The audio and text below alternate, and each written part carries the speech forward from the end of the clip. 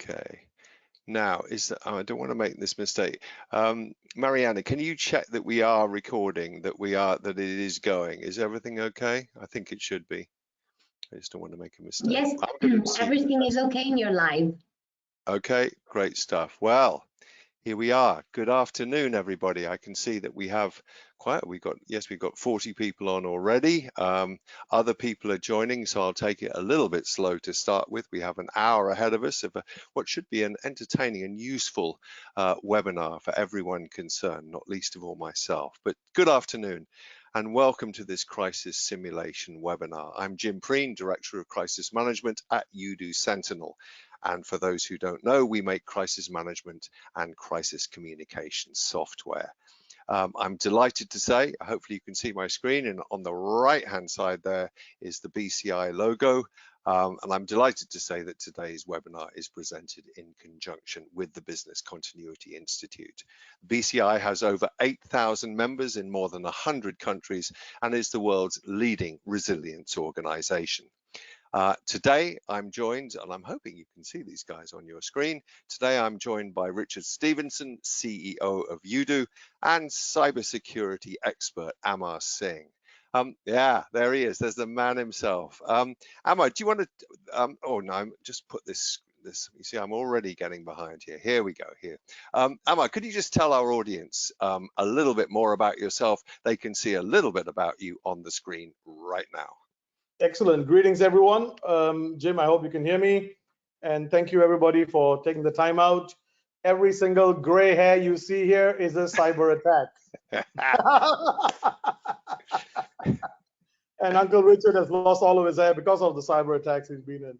I'm just joking. But everyone, thank you for taking the time out. I'm a cybersecurity executive. I love cyber. I love IT. I'm the CEO of Cyber Management Alliance. You can go and check out the website, obviously CM-Alliance, and we work in partnership with Udo. It's an honor to be here. Crisis management, cyber crisis management. As you can see what it says on the tin, we have several UK's NCSC certified training on incident planning, on how do you manage a crisis. And we actually work very closely with Udo when it comes to crisis management application, but also actually how do you get through a crisis. So it's an absolute honor to be here. Uncle Richard, over to you, sir. Great. Richard, go ahead. Thank you, Amar. Thank you, Amar. Yeah, it's great to have Amar on us, and I think that one of the things that we like to do is to really partner with some really experts in the field. And as far as cyber is concerned, Amar is a leading expert and also a fantastic speaker, at events. But I would also say that from my background, yes, I'm the CEO of Udo, but also I've got a lot of experience in running companies that have got high risk profiles, like many of you belong to, including ones that I've done before. I've been chaired financial services businesses where there is a significant cyber risk and a data risk. And so part of what I'll be commenting about is about looking at it from the company's point of view and the way in which how we should be responding to these types of incidents. So yes, Udo is very much involved in cyber and cyber defense, particularly about communications when these things happen. That's the software we run, but principally I'm here commenting based upon my varied experience in the background and hoping to, bat against Jim on some of the questions he's going to be throwing at us. Okay, that's great stuff, guys. Thank you both very much. I'll be back to you in a moment. Now, I should just say that I've run quite a few of these webinars, and it's a bit of a tradition when I run them for those listening to post in the Q&A box where you're listening from. So why don't you go ahead and do that now? I'd like to get you used to using the question and answer box, because we want you to do that as we progress today. So why don't you tell it? Well, the first one up, phenomenal. Sam is listening from Queensland, Australia, right around the other side of the world.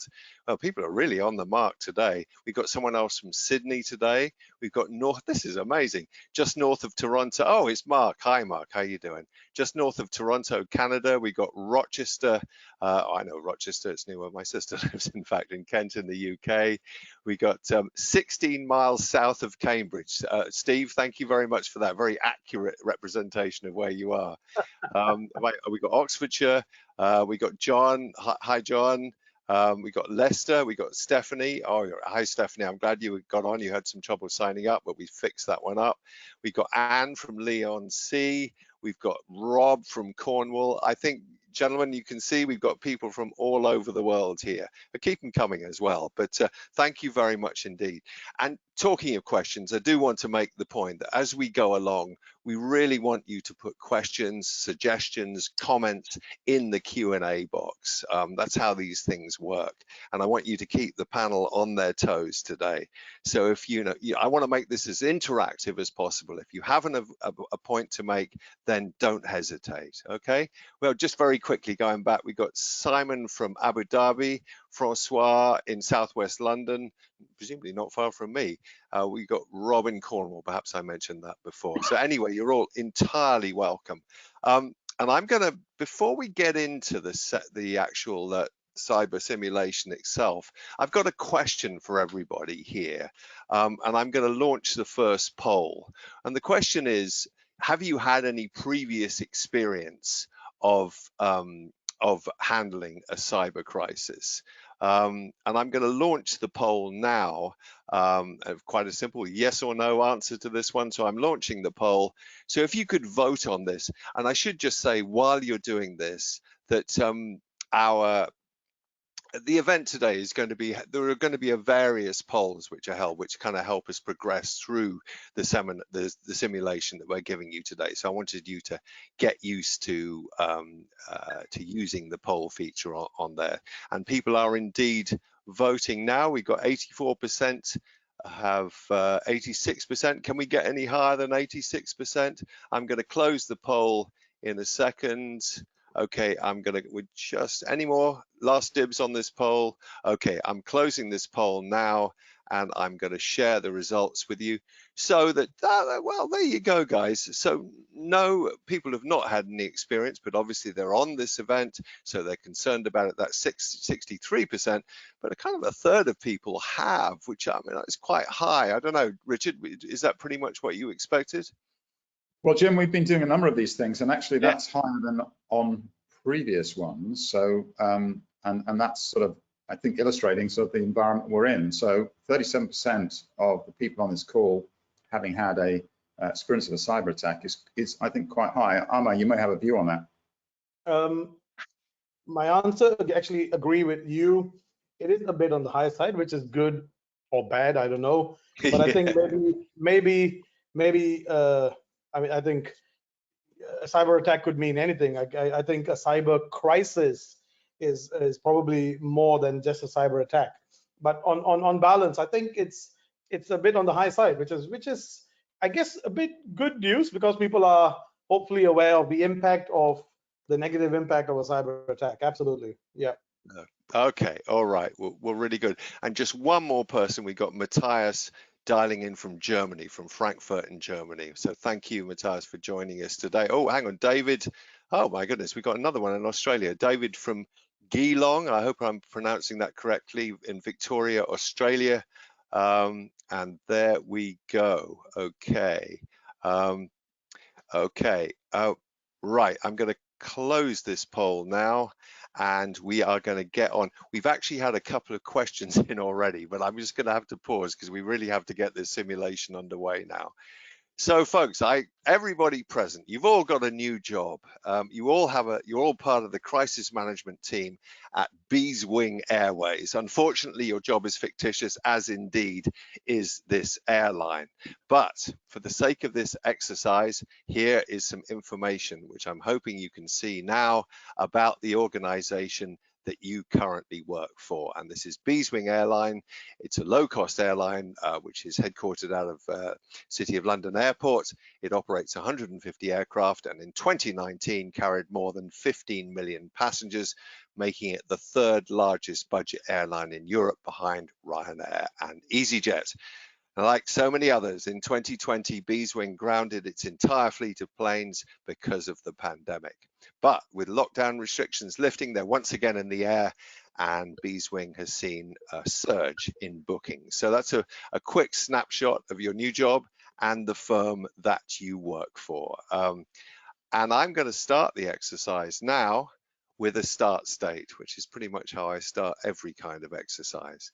So here we go, guys. And I would just say that I want you to get yourselves across this information here, and it might be worth you taking a screenshot of this start state and the other updates that follow. We have newspaper articles and various things, just so that you keep across all the information that I'm feeding to you. So very quickly, IT security has discovered malicious code embedded in our customer booking website. As far as we can judge, the malware has been harvesting customer data for at least a month. As bookings have started to increase, it's possible the hackers have seized personal information belonging to upwards of 3 million customers. The data is thought to include names, contacts, passport number, ticket, and credit card details, and it's not immediately clear who is behind the attack.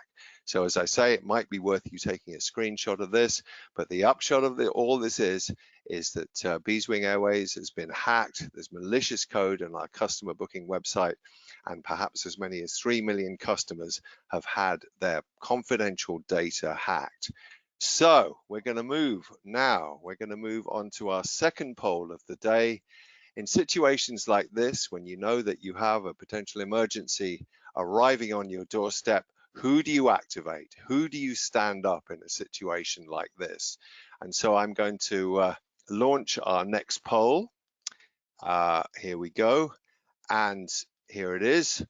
So the activation, which team needs to be stood up? Which team needs to meet right now?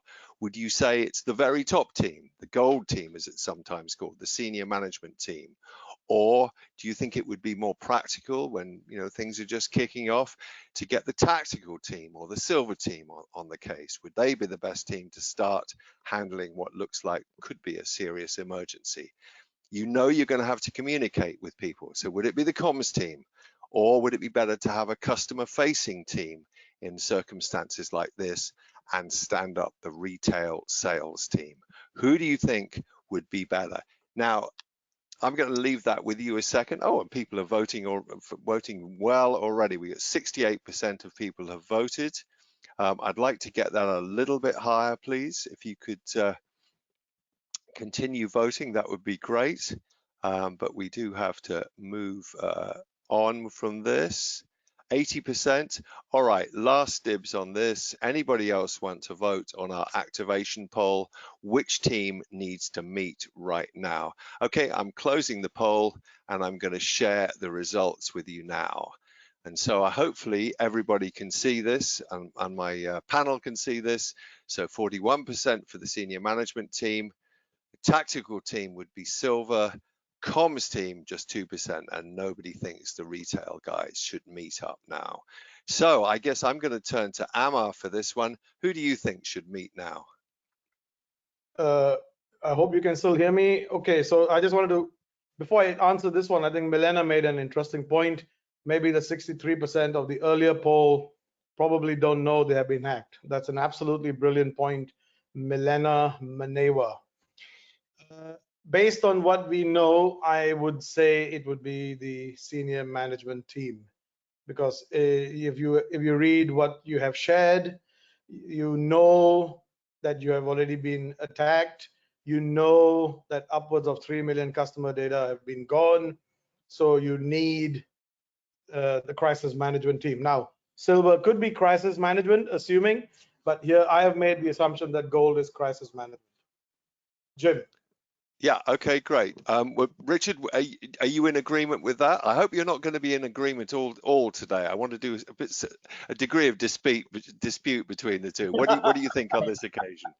Amar and I have got a history of disagreeing, so it's okay. I'm pleased to hear it. No, but I think that's right. I mean, this is most likely going to be gold team. But of course, each one of people on the call will have sort of maybe a slightly different structure in their organization, but definitely from what we know, from that information you put up, Jim, then it would be the gold team that would have to be activated, and then it will cascade from there. Okay, good. I mean, there is a point. I think it would be fair to say that some people might think that it would be the tactical team that would want to meet. And Marcos is saying maybe the senior management team could be involved when we have more information. And actually, Anne here is making a point. I disagree. Tactical to start, gold informed, so that they're aware of the situation.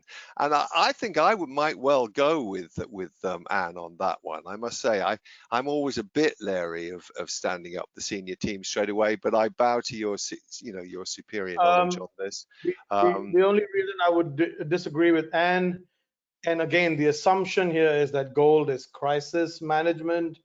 According to the slides, you already know that bad things have happened. You're not yet in the middle of confirming bad things have happened. So, Anne, I'm always happy to for you to disagree, no doubt, and thanks for actually taking part. But in this case, the bookings that, as far as we can judge, the malware has been harvesting customer data for at least a month. So that's one information. And 3 million customers have already increased. It's possible the hackers have seized personal information. So if this information wasn't clear at all, and you are still in the discovery phase, I agree that the gold team should never have been invoked. But I'm reading what I'm reading briefly, and I've not read this in detail before. It's, in my opinion, is that because there's bad stuff already happened, it's the gold team. Okay, I mean, Sam makes the good point. I'm not sure why we're just choosing one team. You could choose both. And Simon is saying stand up silver and gold. Okay, so I think we're gonna leave that now. I think it's an interesting discussion and something you might want to take away to your own organizations, just to think. Yeah, sorry, just to say what Stephanie has said is by now, the silver would have already met. Yeah. That's the assumption that I've made also. Absolutely. Yeah. Yeah, and Stephanie is saying, I think we should all be informed in our organization, silver would meet first. Paul is saying 3 million records has to be gold. Crisis can be escalated if required. I'm not quite sure where you escalate beyond gold, but there we go. Whatever you call it, team must cover privacy. Oh, this is Mark saying this, privacy, legal, comms, insurance, etc. right away. So he's spreading across a lot of disciplines there. And Steve is saying my view would be tactical with a link to the SMT. The SMT would dictate policy. The tactical team would translate into what needs to be done. Very clear, Steve, and absolutely bang on there. What else have we got here? Senior management need to know quickly. This is from Ravi. Need to know quickly to orchestrate action streams, including directions to silver. Yes. And Dan is saying there should be immediate mitigation measures implemented. Indeed, there should. And Anne is saying tactical are there to get the comms and retail sales prepped. Then when tactical give the recommendations to gold, they can go and give the go ahead. Yeah, I see. They will then sign off on that. I get that. Okay. All right, folks. What I'm going to do now, I've got to hide these results, haven't I? So we've got another poll for you immediately here, and this is to do with the regulator, and I think this is an important issue here. So I'm going to, whoops, hang on, sorry. I'm going to, here we go. Okay, okay, here we go. I'm launching another poll for you to vote on, please, which is you appear to be the victim of a cyber attack. Should you inform the regulator? And you've got three options here, one of which is yes, immediately. The second of which is no, not yet, we just don't know enough. The regulator will want to know more. There's no point in contacting them yet. And C, honestly, be quite honest about this. If you're not sure about this, then just say you're not sure, and we'd be happy to discuss this. So you appear to be the victim of a cyber attack. What about the regulator? The regulator plays a big role in this. 72% of people have voted. You're very good, very quick at voting. I'm very pleased to see this today. Okay, we're into the 80s now. Should they be Okay, 85, should you tell the regulator right away? Okay, we seem to have stalled a bit here. I'm going to close this poll and I'm going to share the results now. Yeah, okay. So my panel, Amar and Richard. So yes, immediately more than half, but coming up on the inside on 41% is I need more information, going to wait on this. Richard, let me turn to you first on this. What do you think? What's your thought on this? Generally speaking, the decision on whether you inform the regulator, you should perform immediately a risk analysis on what's actually happened, and until you and if you think that this is a severe breach, then that's when the clock starts ticking. You've got a very short period of time of 72 hours in the UK and different things around the world to report it. But overall, this is, from the data we've already got, this is a very significant breach and a significant hack, and that the ICO in the UK, for example, will rather prefer to get it early rather than, in fact, even if you don't have all the information. So the sort of standard practice would be on something of this size, any sort of risk analysis would pretty well come up to a red rating for this, and therefore you should inform the regulator. You can always add to that information when you know more, but my advice is that people should get on the right side of the regulator and inform immediately. You're not necessarily informing on everything if it's a minor issue. The regulator doesn't want to be overwhelmed with those, but just from the data we already know, this already is classified as being something that is a major incident, which I think you should inform to the regulator. That's my view. So it should be an A on that point. Excellent. Amar, do you want to come in here, please? Absolutely disagree. Okay. Based on the question, I would say I need more information, and this is really important for people. I haven't linked this to the 3 million bees wings attack. If it is bees wings, and you know that the data is gone, then I would agree with Richard. However, looking at the question on its own, I would urge maximum caution. Obtain all the facts. FACTS. Please, that is one big mistake a lot of organizations are making. I'm not saying don't inform the regulator. Let's be very clear. Do inform the regulator, but once you have enough information to call it a breach of personal information. In this case, I'm assuming it's GDPR. And I think the question could be phrased, Jim, if you don't mind, slightly better. Do you inform the privacy regulator? Do you inform, the whatever regulator that needs to be informed? But overall, I would say, folks, unless you have all the information, the factual information, do not panic. Only panic when you have enough factual data to tell you what's actually happened. Okay, thanks so much. In defense of my question, knowing that we would have people from right around the world, I was not going to say the Information Commissioner's Office, so I kept it kind of vague, but I take your criticism. All right, well, not surprisingly, we have quite a few comments here. Steve says, under data protection, that's in the UK, I think he's talking about, it's a legal requirement to inform the regulator if there's been a loss or a potential loss of personal information, which an attack on an airline would probably involve. Simon is saying risk analysis could lead to other risks. People, flight paths and seats known could be sold to a terrorist, for example. Very EasyJet, he says. And so he says that the regulator should be informed. John is just agreeing with you, Amar. He's saying yes, Amar. So there you go. You've got at least one fan on our people. And Fabrizio is saying regulators should be informed immediately given customer data are at risk, although it might depend on the internal rules of the company. Okay, right. And Anne Clark is saying, I agree with Amar. So there you go.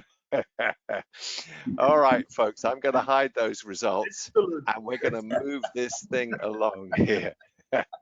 Richard, I'm sure you've got fans as well. Don't feel left out.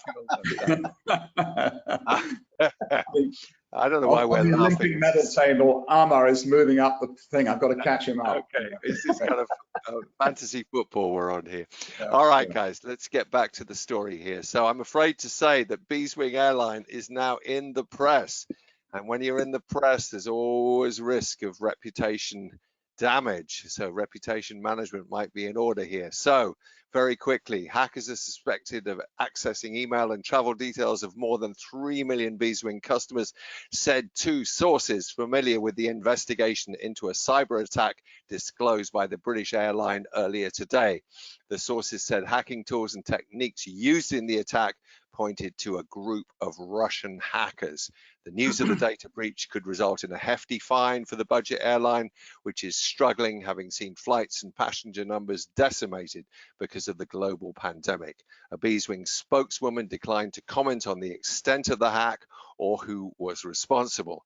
And the boss, Derek Whitaker, Beeswing's chief executive, said there was heightened concern about personal data being used for online scams, with more people working at home because of the pandemic and because of lockdowns. Although I must say in London, that does seem to be changing a little bit. So there's some more information, not huge amounts of new information there, but as I say, the fact is you're now in the press and that can cause you problems as well. So what do I have for you? Well, of course, I have a poll for you, but if you want to take a screenshot of that, just get across those facts that I've given you there. We are now coming to what is your top task right now. So here, I've got various tasks that you might think might be your top task. And you might say to me quite respectably, Jim, we would probably be addressing quite a few of these tasks. But I want you to make a decision and take your top task right now. But however, if you don't think any of these should be your top task, well, you know where to go. You go to the Q&A box and you put in what you think your top task should be. So I'm going to launch our latest poll here, which is what is your top task? And you know what to do. I want you to vote on this. But as I say, if you're not happy with any of the tasks that I've given you, you tell me what you think. I'm just looking, we're getting some more questions come in. Can I just leave you to vote on this at the moment? People are considering this. Yeah, okay, good, that's great. Okay, right, okay, all right. 50% of people have voted. Keep thinking about what your top task would be. Okay, we're up to 60%. I would like to get a few more people in first, please. Okay, up to 70%. Quick on the buttons here. All right, guys, last dibs for voting on what, I know we're rushing you along here, but we only have, gosh, we've only got half an hour left. So we do need to move things on a little bit. We're up into the 80s now. Anybody else want to vote on this? So I'm now going to close the poll. It's closed. And I'm going to share the results with you. Okay, hopefully everybody can see this, and we're quite split here. So let me see. First up, reassure customers that we take security seriously. Speak to the media, only 10%. Find out the extent of the data breach. That's the biggest one we've got. Open communications with the hackers, nobody wants any part of that, or send a memo to staff, which we have 5% on that. Amar, would you care to take this one, please? Mute. Amar? Can you hear me now? Hello. Hello, I couldn't hear you right then. Okay, you Sorry. with us? Yeah. Yes, based on this slide, I would still say what you have actually offered as an option. I need to know more information based on the slide, because there is a lot of room for conjecture. There's a lot of room for rumor. They're suspected. Yeah, of I know. access. Sorry, I'm not going to let you get away with that. I want you to take, what is your, if you were running Beeswing Airline I would say, now, what yes. would be your top task right now? Right now, find out, give me the facts before Right. I go and tell the media anything. There might be rumors circling around. I've been in these situations many times, folks. The media, the rumor may already be circling around. Yeah, people are going to be telling a lot of other stuff. Okay, ooh, Russians have attacked you. Ooh, my email's gone. before you open your mouth, in my professional opinion, you better have as much factual information, because once you speak, you can't take it back. And if you start changing information, there are many case studies out there. And yes, I think Daniel has said many of these things would be happening in parallel. However, you've got to have fact before you make a statement, because once you say, oh, there's nothing to worry about, or if you say, yep, your email, your data is gone, and then 2 days later you say, oops, sorry, your data isn't gone, it's actually okay, you've dug yourself a hole. It's very difficult to come out of, folks. That's my opinion. So of all those selections, it would be find out the extent of the data breach, or you would even think even wider than that. I think even wider. Like I said, give me all the facts. Okay. You can put out a holding statement. We are investigating. That's about it, in my opinion. Because if you say the cliched, we take security seriously, you're going to be made of, in my opinion, that's not the right thing to say, because there's no person ever going to say, hey, by the way, folks, we don't take security seriously, right? It would be funny if they said that, but there is no one ever going to make a statement saying we don't take it seriously. Well, I can tell you that Fabrizio doesn't agree with you, Amar. I'm going to tell you here. He disagrees. He said you should at least go out. Brilliant. I love people to disagree. Okay, well, I'm just telling you what he says. He said you should at least go out reassuring customer and the public that you have the situation under control. This is also considering stock market and reputational damage. Yes, but that's what I meant. Holding statement.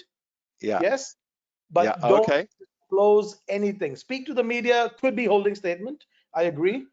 But at the same time, in the back end, you've got to make sure you have all the facts. Once you do, then your narrative is ready to go fully.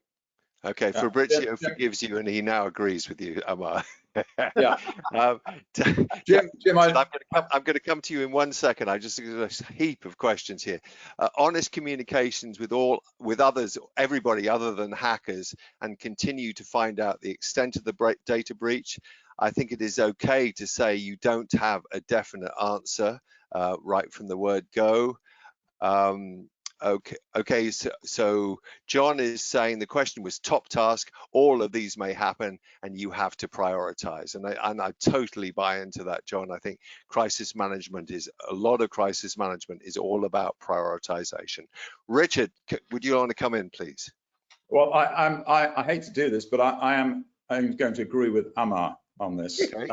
And that the thing is that if you just look at it, we just don't know enough. And the real focus, the real energy should be to get really a real handle on what's happened. Because when you do speak, and I'm all for the holding statement, by the way, but when you do speak, you want to be seen as being the trusted source of the truth. And therefore, you've got to have positive information, actually real information.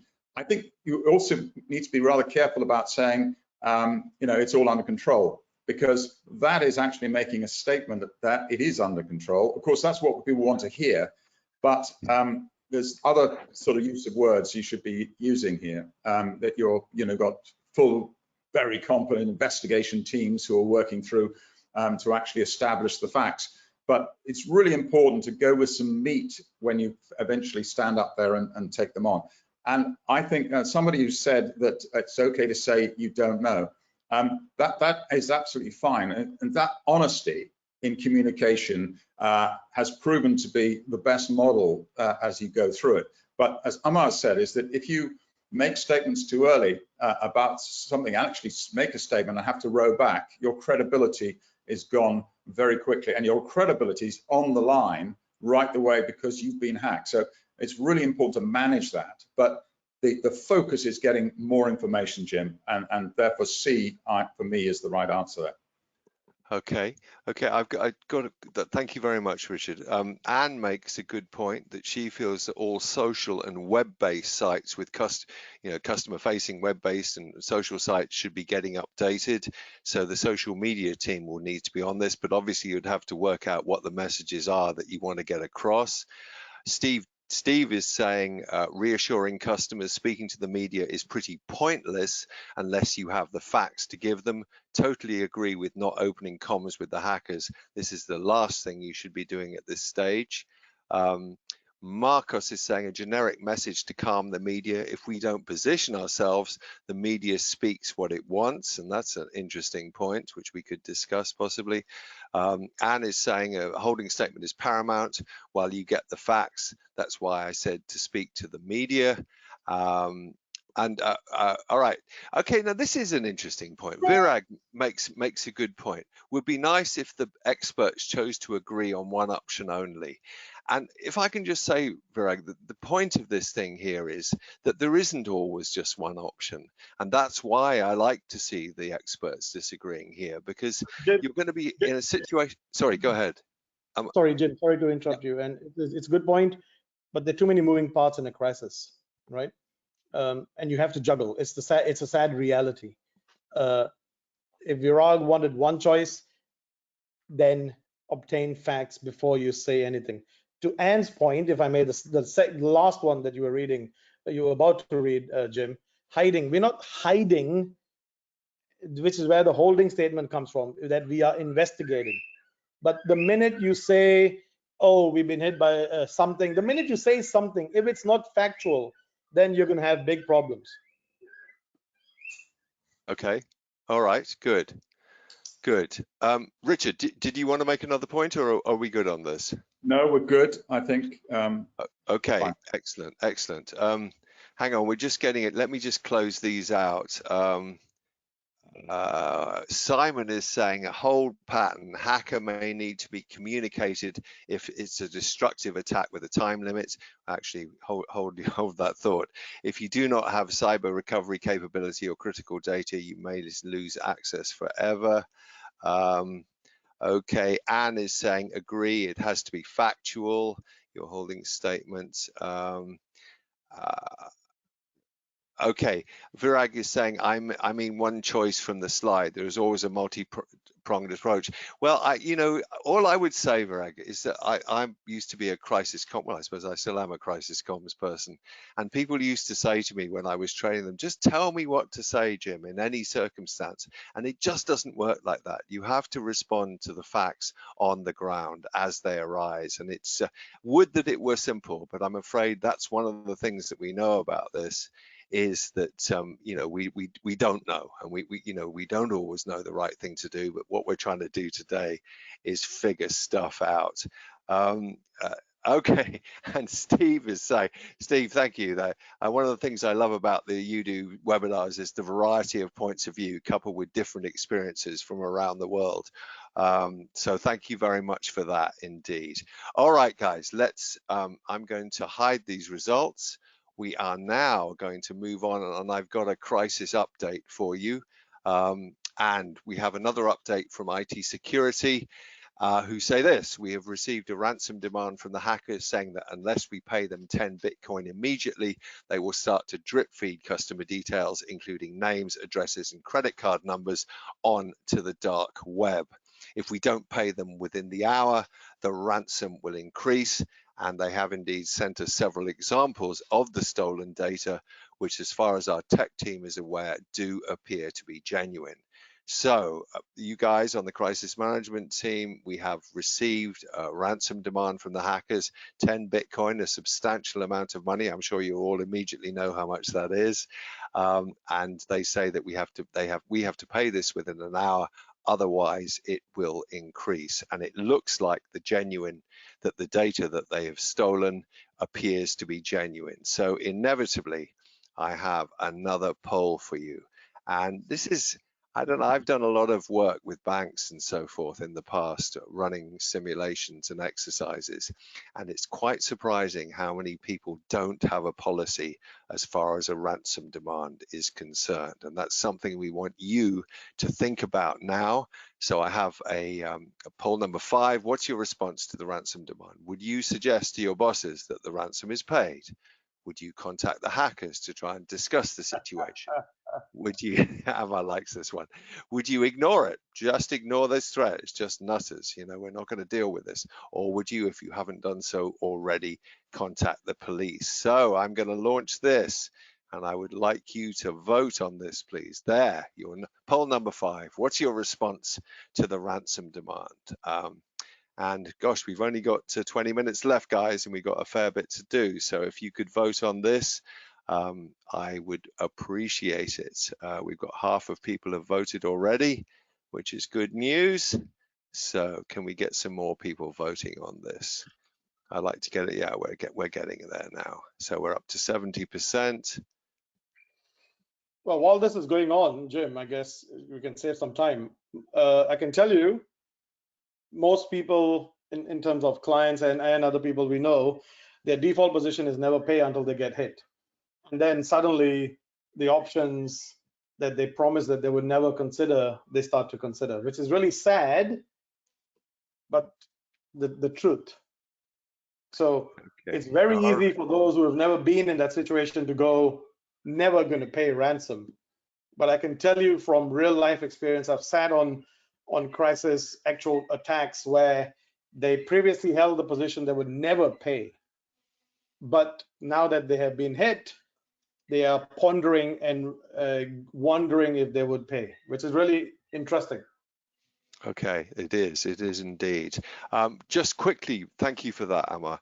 Quickly return to, I guess I gave you kind of an easy option here, which most people have gone for, which was contact law enforcement, which I guess you would do, which you probably may have done already. 2% said they would suggest paying the ransom. 8% would say to discuss with the hackers, and 2% would say to ignore the threat. Richard, in general terms, do you have any thoughts on this, please? Well, of course, you know, a lot of companies now have got ransom insurance there, and in some of that decisions, and that's actually driving a lot of this in the States about whether ransoms are paid, and the insurance companies are more driving things to pay ransoms than the individual companies. So I think that the ethical people that are on this call are right in saying, you know, very few people are suggesting paying the ransom because you're just funding crime and funding lifestyle. But you know, you've got a business to run, and your business is just potentially ground to a halt. And I'm a sort of black and white sort of person. I'm along with things, do not pay the ransom. However, you know, there are a lot of organizations who have, as Amar has just said, who've had that position and then faced the entire shutdown of their organization. So I think that the first step would probably be exactly on this, what people have put on this chart. I don't think anybody at the beginning, when they received a threat like that, would suggest paying the ransom. But that might increase as the impact is in fact extended during the process. I think people do engage with hackers. Number B, they do it, but these are people that are not easy people to negotiate with. They operate just like any mafia organization would do. The chance of you getting a decent agreement is pretty slim, but people do. But generally, you should not do that unless you have absolute professional advice and support. But certainly, it's an illegal act. Contact law enforcement. I would say, though, that law enforcement's capabilities for actually resolving your issue is extremely limited. And that's the whole thing about cybercrime, is that they can sit in jurisdictions that you don't have any control over, law enforcement doesn't have, and they can do these criminal acts without any fear of being caught. So law enforcement definitely should be informed, but that's not going to solve your problem. Okay, great. Amar, before I turn to you, we've got a bunch of thoughts here from people listening, which are pretty interesting. So Ravi says, do not pay the ransom. It's a slippery slope. Put out a statement so customers are made aware of malicious contact. Yep. Stephanie asked the question, and maybe Amar, you could help with this actually. How many companies actually pay or pay on the first threat? Do you have any thought? Do you know about that? Do you have any information about that? There is some stats floating around, Stephanie. It's a very good question. I can tell you from experience with clients and potential clients after they were hit, many do consider, some do pay. Not very happy in terms of paying. Many of them don't get their data back. And I'll be honest with you, it's an unwritten rule. They get put on the suckers list, if you want to call it. You know, the folks who pay and then they're attacked again and again. We have one company who become a client. They were hit by 3 ransomware attacks, right, in 2 years, and then they became our client, and they paid twice. What more can I say, right? Okay, great. Just Amar, just pause for a second. So Dan is asking, do we have enough Bitcoin, or do we know, do we know how to buy some? A lot of people wouldn't have a clue, but I'm sure the hackers would be very helpful in that. I can tell you, Jim, sorry to interrupt you. I can tell you one strategy some clients are using. I'm not saying you use that, please, but because they are directors, they cannot engage in illegal activity. But what they have done is, believe it or not, I couldn't believe it, but that's what they actually have done. They have put in place a process to buy Bitcoin. They've put the funds aside, and if they do get hit by ransom, they will say no, but somebody else will buy the Bitcoin and pay. So I'm telling you what's happening on the ground. Absolutely, I'm not supporting it. I'm not saying you do it. Please, for the record, don't do it, because you are going to get put on the suckers list, and there is no guarantee you'll get your money back. So, but just to let you know.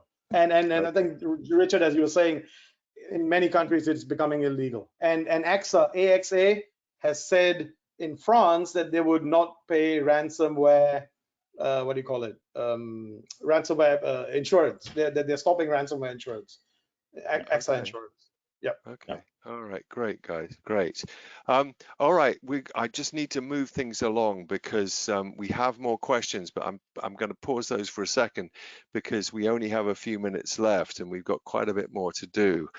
So I'm going to launch our next poll. Not going to give you any more information, just going to launch our next poll, which is about your external comms response. And the question here is, what is your external comms response? Do you draft a detailed statement and send it to the press? Do you draft a detailed statement and wait for the press to get in touch with you? Do you contact the media to say your chief executive will be holding a press conference? Do you provide something much more limited, provide a briefing to the social media team, or do you send out a message to update customers? Once again, it could be several of these and it may be none of these. So we would like to hear what you think. We'd like you to vote on this, please, about what your external comms response is. But as I say, if you don't like any of these options, then you know what to do. Put it in the Q&A box and we'll discuss what you have to say.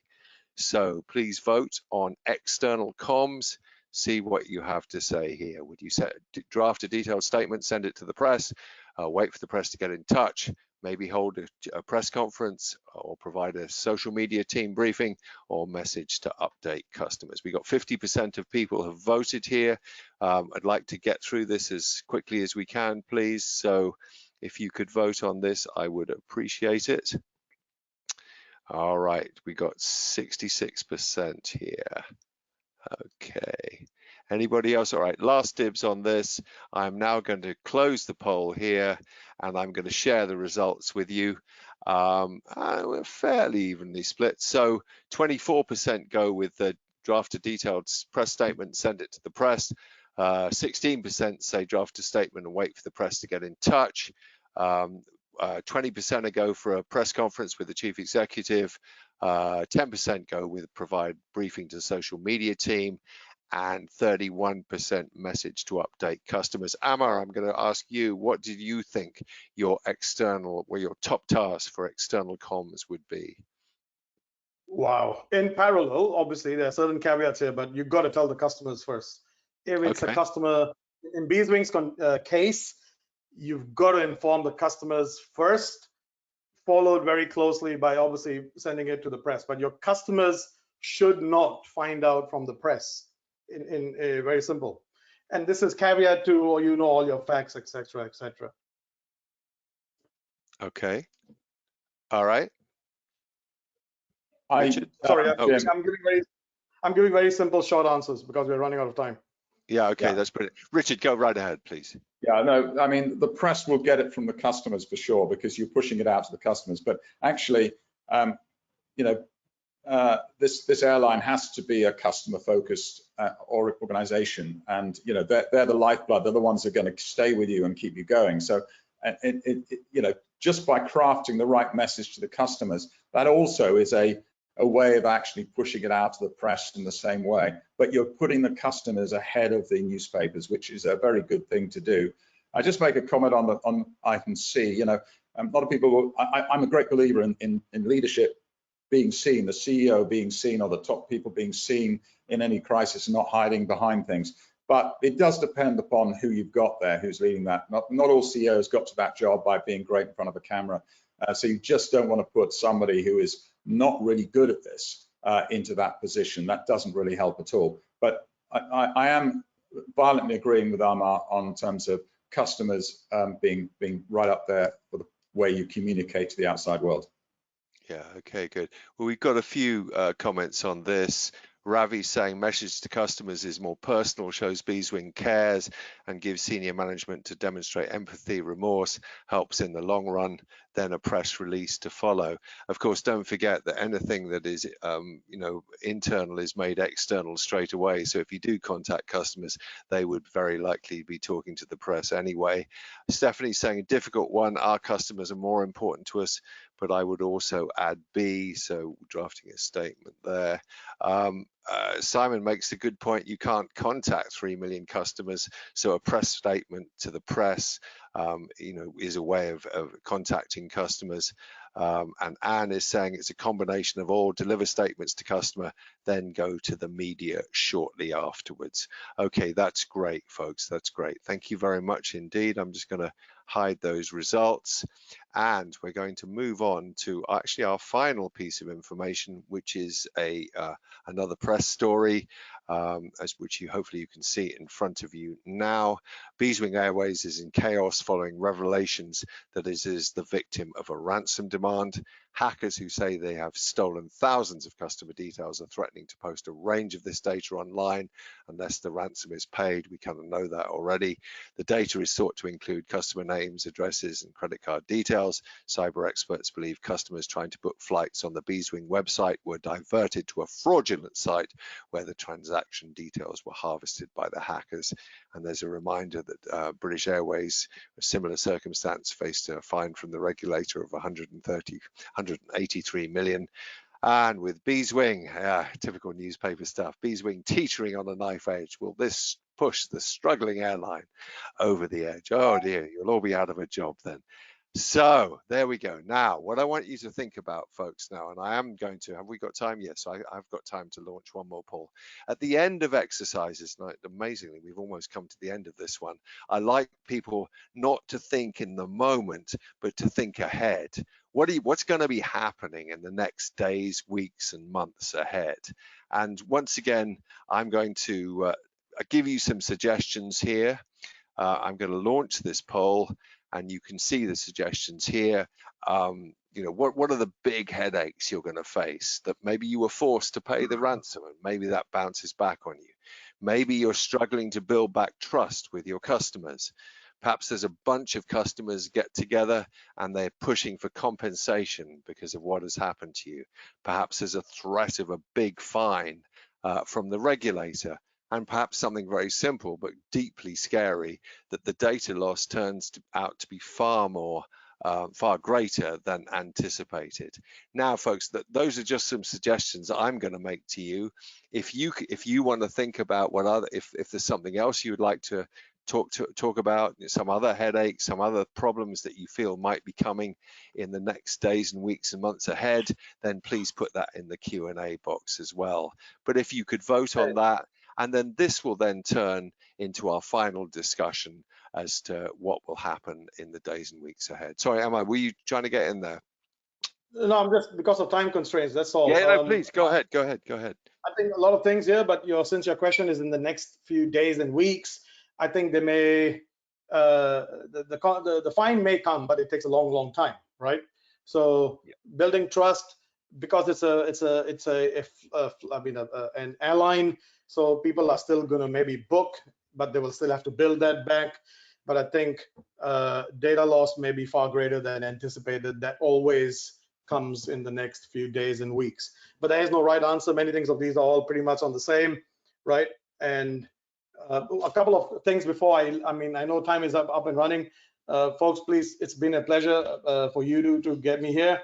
Please do connect with me on LinkedIn if you want to. Absolutely happy. But there are too many moving parts, and you've got to build muscle memory. Using applications, using practice, using tabletop exercises, you must build muscle memory to deal with these kind of things, because this is a brilliant exercise, but actually a lot more happens, and everything happens in a different manner. Over to you. I totally get that. So here we go, guys. This is what you guys think. Struggling to the big one they think is struggle to build back trust with customers, and the second one, 26%, is that the data loss is far greater than anticipated. Richard, do you have any thoughts on this, please? Yeah, I mean, you mentioned on the previous slide about the fact is that the airline is in financial sort of tenterhooks, really, and that would be a concern of a lot of customers. They've been seeing a lot of airlines go down. Building back that trust with the customers that you're a viable airline is probably going to be the biggest thing that you've got to do after this. These cyber attacks are desperately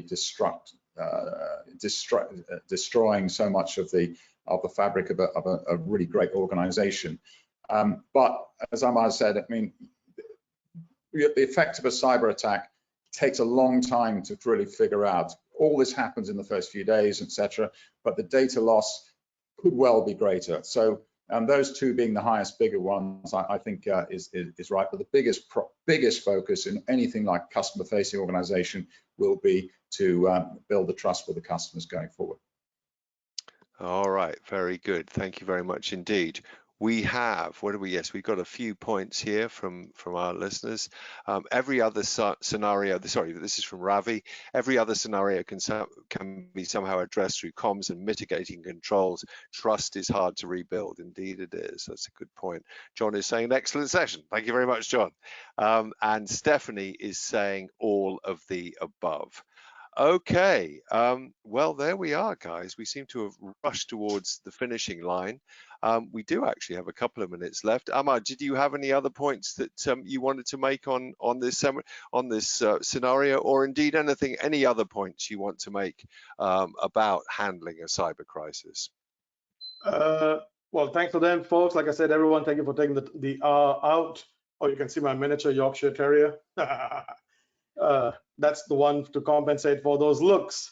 Absolutely. Muscle memory for crisis. I think I can't say that too many times, because you may have all the best documents, you may have all the best kind of plans, but if you can't access those documents, that's where UDO crisis management approach comes in. And if you don't have muscle memory, if you don't tabletop it, if you don't practice it, you are going to make mistakes. I mean, I've been, like I said, I've got some gray hair here. And if you say that we've been through that many attacks, almost, I will make mistakes, because you are under pressure. People are shouting at you. You've got to build that muscle memory, and you've got to have the app, and you've got to be able to do out of email. Email is not a crisis management tool, folks. Remember that, please. Especially in cyber attacks, email is not a crisis management tool. So get an app, talk to us if you want about tabletop exercises, incident response planning training, etc., etc. We can work with you on all of that. We have a free incident response plan template that you can use. I'll keep quiet for now. Thank you, everyone. Thank you, Yudu. Thanks, Amar. Yeah. Richard, do you have a final thought for us before we close? Yeah, I mean, if you look at the story of so many of these sort of attacks, is that communications or communications failures is one of the main things. As somebody pointed out, how do you talk to 3 million customers? And maybe you know, as Amar's saying, is that if you've got a cyber attack, you know, they've been in your system for maybe 3 months, 4 months, who knows? You should assume that all of your communications are probably infected. They're reading the email chain you're doing, and there's lots of instances where the whole of the crisis response being communicated by email is just being read by the hackers and you're just being tracked around, and they're ahead of you. So you need to be thinking about your communications that need to be parallel and independent from your existing ones, because those well could be compromised, and you may well not have access to your broadband. You may not have access to internet, because that's all been. That makes crisis management in a cyber attack hugely more problematic. And you know, we talk about a lot of things we did today. We assume we're able to communicate, but that isn't often the case. So it's a really tough ask, and cyber is the challenge that we have got now for this year and for 10 to 20 years ahead of us. So we've got to get on top of it. All right. Thank you very much, guys. Thank you very much indeed. That brings us to the end of this cyber simulation. I hope you find it fun, but I also hope you found it very useful as well. And maybe there's some thoughts and ideas that you can take back to your own organizations that you need to think about. So good. There will be a recording of this made available shortly. But in the meantime, I'd like to thank the BCI for hosting this with us. Thank you very much to them. And it's goodbye from Amar. And it's goodbye from Richard, and it's goodbye from me as well. Thank you very much indeed. Thank you, everyone. Sorry, not sure what happened there. Catch you later. Thanks all. All right, Mariana, you can shut this down, please.